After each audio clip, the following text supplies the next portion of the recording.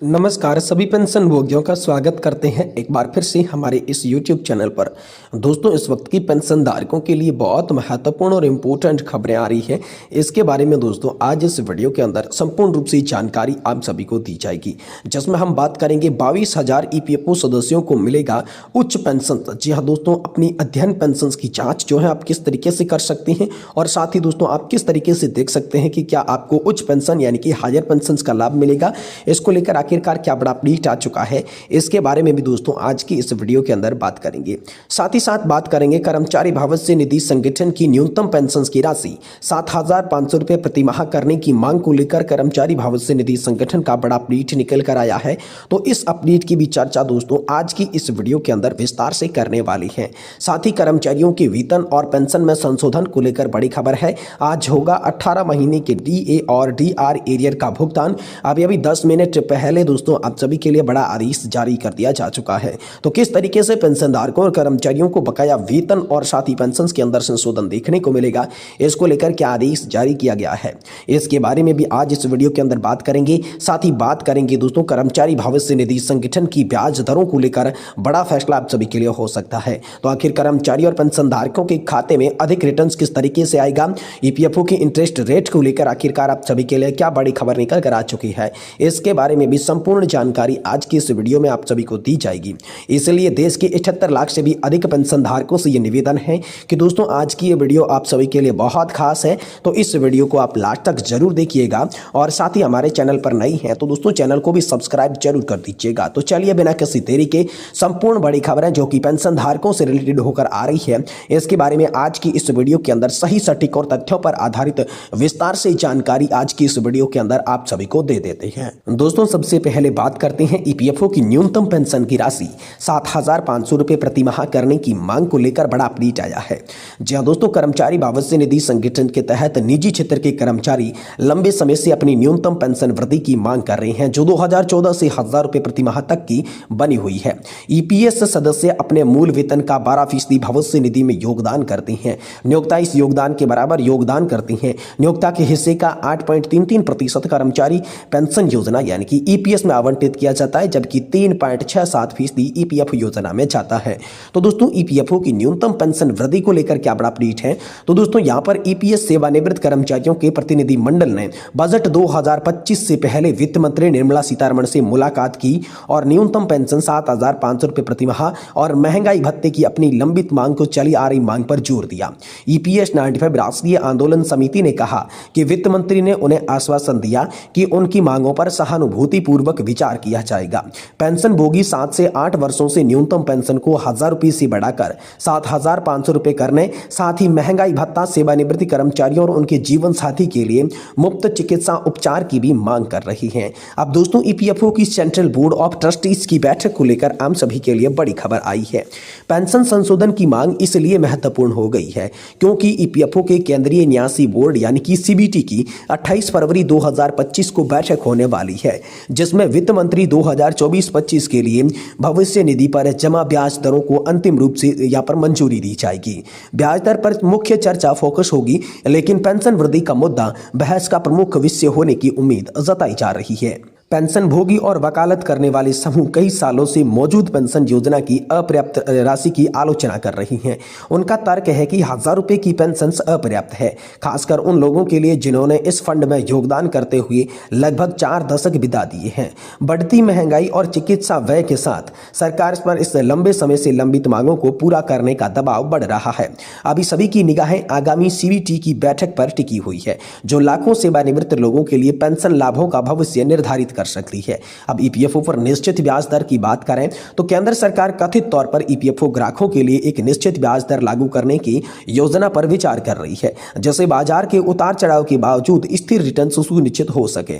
Economics times की reports के अनुसार सरकार निवेश प्रदर्शन की परवाह को बिना स्थिति ब्याज दर रखने के लिए स्थिरीकरण रिजर्व फंड बनाने पर विचार कर रही है।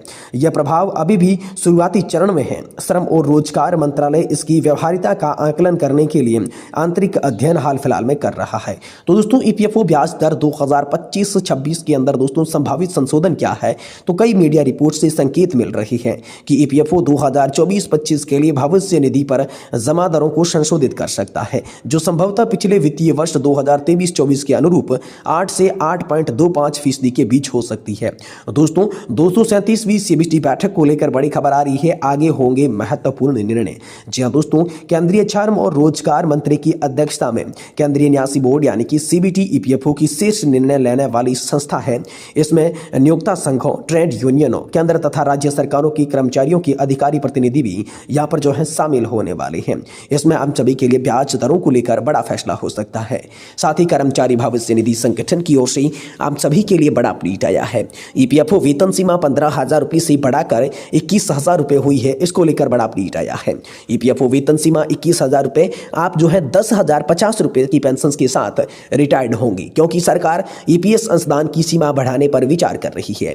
ईपीएफओ वेतन सीमा, ऐसा लगता है कि ग्राहकों के लिए ईपीएफओ वेतन सीमा बढ़ाने की लंबे समय से लंबित मांग जल्द ही केंद्र सरकार द्वारा पूरी की जाएगी, जिससे पिछले कई बार ईपीएस अंशदान में संशोधित किया है और यहां पर बाकायदा तौर पर आप सभी के लिए कर्मचारी भविष्य निधि संगठन की ओर से इसको लेकर बड़ा अपडेट जारी कर दिया जा चुका है। साथ ही दोस्तों ईपीएस पेंशन कैलकुलेटर की बात करें, यदि वेतन सीमा 30,000 रुपए तक बढ़ जाती है तो ईपीएफओ पेंशन की यहां पर जो दोगुना करके 15,000 रुपए भी कर सकता है। जहां दोस्तों ईपीएफओ सदस्य के लिए अपडेट, कर्मचारी भविष्य निधि संगठन के अंतर्गत आने वाले व्यक्तियों के लिए यहां पर बड़ा अपडेट आया है। हाल ही में रिपोर्ट से यह संकेत मिला है कि नियोक्ता को मासिक अंशदान निर्धारित करने के लिए वेतन सीमा जल्द ही 15,000 से बढ़ाकर 30,000 रुपए तक भी हो सकती है। ईपीएफओ के नियमों के तहत कर्मचारी नियोक्ता दोनों इसमें योगदान करते हैं, जिससे यह वेतन सीमा के साथ आप सभी को पेंशन मिलती है। तो अब ईपीएस 95 पेंशन भोगियों की न्यूनतम मासिक पेंशन 7,500 रुपए की करने की मांग को लेकर प्रदर्शन किया गया है। जी हां दोस्तों, कर्मचारी पेंशन योजना 1995 यानी कि ईपीएस 95 के तहत पेंशन भोगियों ने शुक्रवार को देश भर की सेवानिवृत्त निधि निकाय ईपीएफओ की 110 कार्यालयों पर प्रदर्शन में भाग लिया है। न्यूनतम मासिक पेंशन 7,500 रुपए और महंगाई भत्ते की मांग की गई है। वर्तमान में ईपीएस 95 के तहत मासिक पेंशन 1,000 रुपए है और 1,000 रुपए प्रति माह है, इससे कुछ गुजारा नहीं हो पाता है और इसी को लेकर पेंशन धारकों ने प्रदर्शन किया है कि जल्द से जल्द उनकी पेंशन जो है वो बढ़ानी चाहिए। पेंशन के अंदर संशोधन जो है वो कर्मचारी भविष्य निधि संगठन और साथ ही साथ यहाँ पर ईपीएफओ को करनी चाहिए। वहीं दोस्तों कर्मचारी भविष्य निधि संगठन की ब्याज दरों को लेकर बड़ा फैसला आ चुका है। जी हां दोस्तों, कर्मचारियों के खाते में अब जो है अधिक रिटर्न्स आने वाला है। कर्मचारियों और कर्मचारी भविष्य निधि संगठन में खाता रखने वाले लाखों लोगों के लिए अच्छी खबर है। होली से पहले कर्मचारियों को बड़ा तोहफा मिल सकता है। फरवरी के अंत में सेंट्रल बोर्ड ऑफ ट्रस्टीज की एक अहम बैठक होने की उम्मीद है, जिसमें वित्तीय वर्ष 2024-25 के लिए पीएफ का ब्याज दर तय की जाएगी। जी हां दोस्तों, ब्याज दरों को इस तरह का बदलाव जिसके 6 करोड़ से भी ज्यादा लोगों को यहां पर फायदा होने वाला है।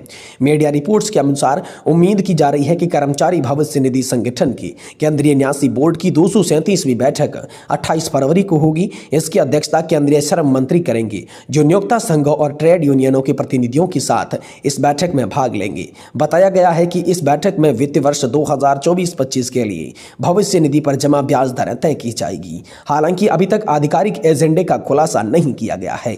पिछली सेंट्रल बोर्ड ऑफ ट्रस्टीज की बैठक 30 नवंबर 2024 को हुई थी। वित्त वर्ष 2023-24 के लिए ईपीएफओ द्वारा भविष्य निधि जमा पर 8.25% ब्याज की दर तय की गई थी, जिसे अब दोस्तों यहां पर बढ़ा दिया जा सकता है। वित्त मंत्रालय की मंजूरी के बाद सेंट्रल बोर्ड ऑफ ट्रस्टीज की बैठक के अंदर ब्याज दरों में हुए फैसले को अंतिम मोहर मिल सकती है। कब तक दोस्तों हम सभी के लिए ब्याज दर बढ़ सकती है, तो यहां पर 28 फरवरी 2025 के तहत आप सभी की होने वाली सेंट्रल बोर्ड ऑफ ट्रस्टीज की बैठक पर हम सभी के लिए जो है ब्याज दरों की फैसला लिया जा सकता है। अब दोस्तों ब्याज दरों पर फैसला लेने से कर्मचारी किस तरीके से अपने खाते से ये चेक कर पाएंगे, तो यहां पर कर्मचारी भविष्य निधि संगठन ने उमंग ऐप लॉन्च किया है, जिसके माध्यम से आप जो है अपने पीएफ का बकाया चेंज करते हैं। वही दोस्तों पीएफ बैलेंस चेंज करने के लिए आप सभी के लिए एसएमएस की सुविधा भी पीएफ खाता धारकों को दी जा रही है। साथ ही इसके अन्य तरीकों की बात करें तो मिस कॉल देकर भी आप जो है अपने खाते का बैलेंस चेक कर सकते हैं और वहीं सबसे पहले आप जो है ईपीएफओ के माध्यम से भी इसका चेक कर सकती हैं। सबसे पहले वेबसाइट पर जाकर आपको ई पासबुक पर लॉगिन करना होगा। ई पासबुक पर जैसे ही क्लिक करेंगे यूजर का नाम पेज पर पहुंच जाएंगे। वहां पर यूजर नाम, UN number, password, captcha code आपको दर्ज करना होगा। एक नया पेज खुलेगा जहां पर मेंबर आईडी का चयन करना होगा और यहां पर ई पासबुक पर ईपीएस बैलेंस जो है आप सभी को दिख जाएगा। तो ये बड़ी खबर दोस्तों हाल फिलहाल में सभी कर्मचारी भविष्य निधि संगठन की पेंशन धारकों के लिए निकलकर सामने आ रही है कि 28 फरवरी को होने वाली सेंट्रल बोर्ड ऑफ ट्रस्टीज की बैठक के अंदर आप सभी की ईपीएस की ब्याज दरों पर फैसला हो सकता है, जिसको कि अंतिम मोहर केंद्रीय कैबिनेट की बैठक में मिल सकती है।